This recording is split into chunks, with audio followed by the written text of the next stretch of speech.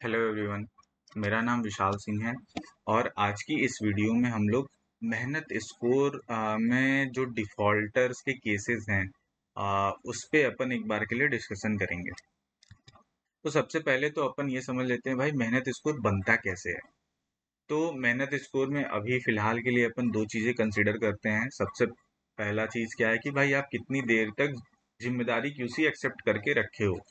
मतलब कि आप उस मेक लाइन या उस स्टेशन की पूरी तरीके से ज़िम्मेदारी ले रहे हो। तो पहला चीज़ अपन ये देखते हैं कि ज़िम्मेदारी क्यूसी आपने कितने देर तक एक्सेप्ट की। दूसरी चीज़ अपन क्या देखते हैं कि भाई आपने पीओ बनाने में कितनी मेहनत करी है, कि कोई भी पीओ आप एक्सेप्ट वगैरह करते हो और उसको बनाने में आप कितना टाइम दे रहे हो। दूसरी चीज़ अपन ये एक मेहनत स्कोर में देखते हैं। तो जिम्मेदारी क्यूसी मेहनत स्कोर की अगर बात करें तो इसमें आई थिंक आप लोगों को पता ही होगा कि भाई जो पराठा क्यूसी का टास्क है, जो भी नए शेफ्स हैं, 0 स्टार 2 स्टार, ये शेफ्स जो होते हैं इन लोगों के ऊपर ओनली पराठा क्यूसी का टास्क जाता है। और जो भी थोड़े ट्रेंड शेफ हो गए 3 4 5 स्टार या फिर सीईओ हो गया अपने आउटलेट का, कैप्टन वाइस कैप्टन, इन लोगों के ऊपर हर तरीके के टास्क जाते हैं कि Mojo make line, router, box make line, paratha QC, dine in QC अगर कहीं पे है तो इन ये सारे तरीके के क्यूसीज इन जो भी ट्रेंड शेफ्स हैं 3 4 5 स्टार शेफ्स या कैप्टन वाइस कैप्टन या फिर सीईओ के ऊपर जाता है। तो अपन ये उम्मीद करते हैं और ऐसा होता भी है कि जो भी नए शेफ्स होते हैं वो जनरली पराठा बना रहे होते हैं। उन लोगों का मेनली अभी वो सीख ही रहे होते हैं, अभी ट्रेनिंग पीरियड होता है। तो उस केस में वो लोग जनरली मेक लाइन पे नहीं काम करते हैं, वो पराठा वगैरह बनाने पे उनका मेन ध्यान होता है और अपनी ट्रेनिंग पे काम कर रहे हो। तो इस केस में भाई जो भी नए शेफ्स हैं वो लोग, अगर 2 शेफ हैं तो 2 लोग मिलके पराठा बनाते हैं तो हाफ हाफ टाइम अपना क्यूसी एक्सेप्ट करेंगे। एक आउटलेट का ऑपरेशनल आवर अगर माने लेट से 14 घंटे का होता है, तो 14 घंटे में 7 साढ़े 7 8 घंटे का एक शेफ का तो मेहनत स्कोर आना चाहिए, जो ट्रेनी शेफ है, अगर वो फुल डे प्रेजेंट रहता है। और सेम 3 4 5 स्टार सेफ है तो भाई उसके पास तो 3 4 तरीके की क्यूसीज आ गई, और मोजो मेकलाइन, बॉक्स मेकलाइन, राउटिंग क्यूसी, तो वो डिस्ट्रीब्यूटेड होता है सीईओज और इन ट्रेंड सेफ के बीच में। तो जनरली 8 घंटे। और फिर भाई पीओज वगैरह भी बनाते हैं, जो पीओज की वजह से मैं बता रहा हूँ कि मेहनत स्कोर जो एक बनता है। तो पीओज भी बनाते हैं बहुत सारे लोग, कुछ ट्रेनीज भी पीओज बनाते हैं, जैसे डो वगैरह के पीओ लगा लेते हैं ट्रेनीज। तो इन दोनों को मिला के जनरली 8 घंटे, साढ़े 8 घंटे का तो मेहनत स्कोर एक शेफ का बनना चाहिए, जो फुल डे प्रेजेंट रहता है आइडियल केसेस में। और यही अपन उम्मीद भी करते हैं कि भाई एक शेफ है अगर वो फुल डे प्रेजेंट रहता है तो जनरली 12 घंटे की शिफ्ट है तो उसमें 8 साढ़े 8 घंटे का तो उसका 9 घंटे तक का उसका मेहनत स्कोर बन के आना चाहिए। और आपका जो मेहनत स्कोर फाइनल बनता है वो आपके जिम्मेदारी क्यूसी मेहनत स्कोर और पीओ मेड मेहनत स्कोर का सम होता है। अभी इन्हीं 2 चीजों को देख के अपन मेहनत स्कोर बनाते हैं। फिर अगर अपन बात करें कि जो अभी अपन वन ऑन वन सेफ से बातें कर रहे हैं जिनका मेहनत स्कोर काफी कम बन रहा है, तो उसमें किस तरीके की बेसिक मिस्टेक्स निकल के आ रही हैं। तो पहला तो ये समझ में आ रहा है कि भाई कुछ सेफ्स ऐसे होते हैं और उनका बेसिक थॉट प्रोसेस वैसा होता है कि भाई मैं क्यूसी नहीं एक्सेप्ट करता हूँ तो मेरे नाम पे मेक लाइन डिले वगैरह नहीं टैग होगा, या फिर कोई मिस्टेक जो ऑर्डर में आती है, कंप्लेंट, वो नहीं टैग होगा। और इसकी वजह से भाई वो पूरे पूरे दिन क्यूसी एक्सेप्ट नहीं करते हैं। ये एक मैनिपुलेशन हो गया, और ऐसे केसेस में भाई आपका मेहनत स्कोर कम बनेगा।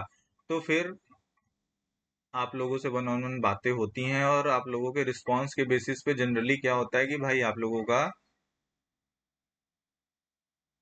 एक्शन हो जाता है। वो अगर बात करें एक्शन किस तरीके का, अगर आप काम नहीं कर रहे हो, सपोज आपने ना पीओ बनाया ना कोई ऑर्डर बनाया, तो फिर आप आउटलेट में कर क्या रहे हो।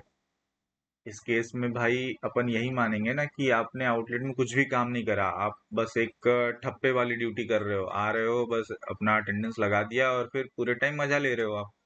यही समझेंगे, क्योंकि भाई आपने ना पीओ बनाया ना ऑर्डर बनाया, तो बाकी करा क्या आपने। तो ये काम समझ में आ रहा है, और ऐसे केसेस में भाई सेफ्स के ऊपर फिर आ, उनकी जो ठप्पे वाली ड्यूटी है वो अपन हटा दे रहे हैं। तो या तो हाफ डे हो जा रहा है या तो एब्सेंट हो जा रहा है। दूसरे तरीके की क्या मिस्टेक निकल के आ रही है कि कई सारे केसेस ऐसे होते हैं कि एक सेफ है, उसने बॉक्स मैकलाइन मोजो मैकलाइन दोनों क्यूसी एक्सेप्ट कर रखी है, और सेम टाइम पे ही एक दो सेफ ऐसे आउटलेट में बैठे हुए हैं जिन्होंने कोई क्यूसी एक्सेप्ट नहीं की हुई है। तो ये भी गलत है। पहला वो सेफ ने गलत कर रखा है जिसने मल्टीपल क्यूसी एक्सेप्ट तब करी हुई है जब आउटलेट में सेफ पड़े हुए हैं, एलिजिबल सेफ्स हैं जो क्यूसी एक्सेप्ट कर सकते हैं। ऐसे सेफ एलिजिबल हैं आउटलेट पे, फिर भी उसने दो क्यूसी एक्सेप्ट की हुई है, तो उस सेफ की भी ये गलती है और वो दो क्यूसी एक्सेप्ट करेगा तो फिर भाई उसको उसका नुकसान भी होगा, क्योंकि वो दोनों मेक लाइन पे फिर अगर कोई गलती होती है तो वो उसी एक सेफ की जिम्मेदारी हो गई। ऐसा जनरली उस केस में होना चाहिए जब आउटलेट में सेफ ही नहीं है, एलिजिबल सेफ्स नहीं है जो क्यूसी एक्सेप्ट कर रखे हैं, कर पाए, तो उस केस में भाई एक सेफ दो क्यूसी फिर एक्सेप्ट करता है और वो जायज़ है, उसमें कोई दिक्कत नहीं। लेकिन ऐसे टाइम पे बिल्कुल भी नहीं करना है जब आउटलेट में सेफ बैठे हुए हैं और उस केस में एलिजिबल सेफ्स हैं, और उस केस में भाई एक सेफ है जो दो मल्टीपल क्यूसीज एक्सेप्ट करके बैठा हुआ है, तो ये गलत है, ये मैनिपुलेशन ये भी है अगेन। तो इसमें भी फिर भाई एक्शन हो रहे हैं। तीसरी क्या गलती निकल के आती है भाई, पीओ मेड में कई सारे स्टोर्स पे ऐसा कल्चर है कि भाई यही दो सेफ है जो पूरे पीओज बनाएगा, बाकी सिर्फ पीओज नहीं बनाए। ऐसा क्यों होगा भाई, बिल्कुल नहीं होना चाहिए। एक सारे सेफ्स की सेम ट्रेनिंग होती है, सारे सेफ्स को सिखाया जाता है कि भाई कोई भी ऑर्डर कैसे बनाना होता है या फिर पीआरपी कैसे बनानी होती है, पीओ कैसे बनाना होता है, सारे सेफ्स को सेम ट्रेनिंग दी जाती है। तो भाई अपन एक्सपेक्ट करेंगे तो सारे सेफ मिल बांट के काम करें। ऐसा थोड़ी होगा कि भाई दो सेफ तीन सेफ हैं जो बस ऑर्डर बनाएंगे, दो सेफ हैं बस पीओ बनाएंगे। तो सपोज अगर वो जो दो सेफ हैं जो पीओ बनाएंगे, अगर वो उसमें से कोई एक छुट्टी पे है, लीव पे चला जाता है, तो क्या एक ही सेफ के ऊपर सारा जिम्मेदारी डाल देंगे? ये तो गलत हो जाएगा। फिर उस केस में भाई पीओ डिले अलग होगा, और मेहनत स्कोर बाकी जो तीन सेफ ऑर्डर बना रहे हैं उनका मेहनत स्कोर जनरली कम बन जाएगा, या फिर जो केवल पीओ बना रहा है उसका मेहनत स्कोर कम बन जाएगा। तो ये एक गलत काम है, गलत प्रैक्टिस है, अगर मैं बोलूँ तो गलत कल्चर है। ये नहीं होना चाहिए आउटलेट में। भाई सारे सिर्फ मिलके बनाएंगे ना पीओज, या सारे सिर्फ मिलके बनाएंगे ऑर्डर्स, अगर वो वेल ट्रेंड है, उनकी ट्रेनिंग प्रॉपर हो चुकी है, तो भाई सारे सिर्फ मिल के बनाएंगे। तो ये एक मिस्टेक है जो निकल के आ रही है, ये भी नहीं होनी चाहिए।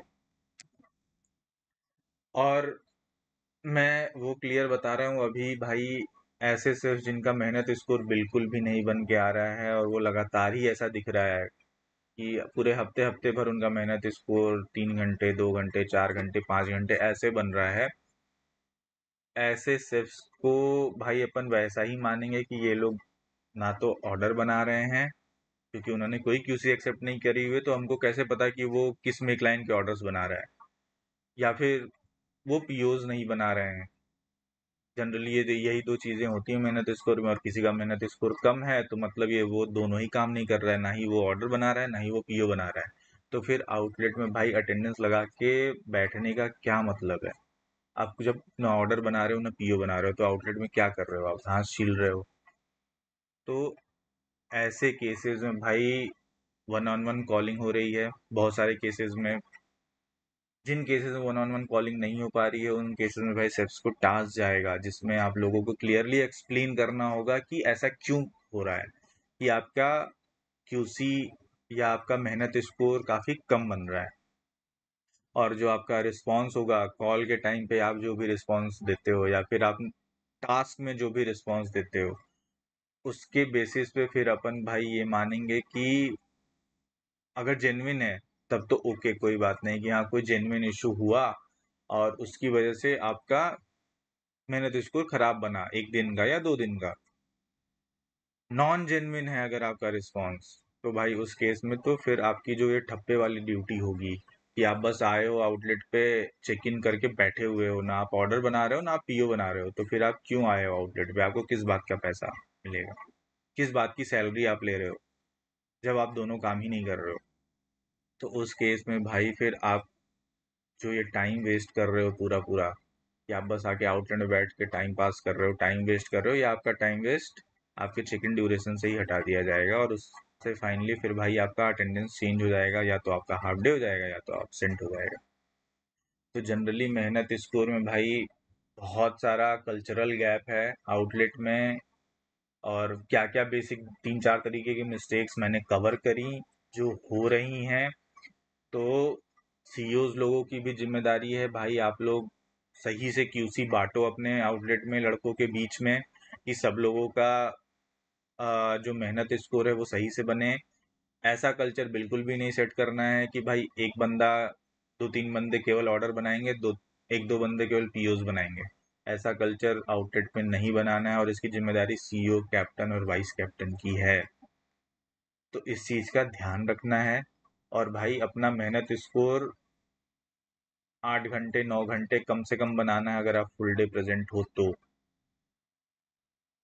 अगर आप हाफ डे प्रेजेंट हो तो उसमें भी आपका मेहनत स्कोर डिसेंट तो बनना ही चाहिए। अगर आप 6 घंटे का हाफ डे है आपका, तो आप कम से कम 3 घंटे, 3.5 घंटे, 4 घंटे का आपका बनना चाहिए मेहनत स्कोर। तो इस चीज का भाई ध्यान रखना है। जहाँ पे भी मेहनत स्कोर जिन भी सेफ का काफी कम बन रहा है, उनके ऊपर भाई फिर उनकी जो ये टाइम वेस्ट कर रहे हैं आउटलेट पे, वो हटा दिया जाएगा, और फाइनली फिर उनका अटेंडेंस पे उसका अफेक्ट आ जाएगा। ये मैं अभी बता रहा हूँ, ये विद इन 1-2 डेज में ये पूरा ही अपन जो टाइम वेस्ट हटाने वाला काम है वो शुरू कर देंगे। तो आप लोग 1-2 दिन में ये काम सही कर लो, कि भाई आप लोगों का कम से कम मेहनत स्कोर तो अच्छा बने। ये तो समझ में आया कि भाई आप लोग आउटलेट पे काम कर रहे हो। तो इस वीडियो में मेरे को यही बताना था। आई होप आप लोगों को क्लियर हो गया होगा, और आप लोग आगे से अपने मेहनत स्कोर पे काम करोगे। Thank you.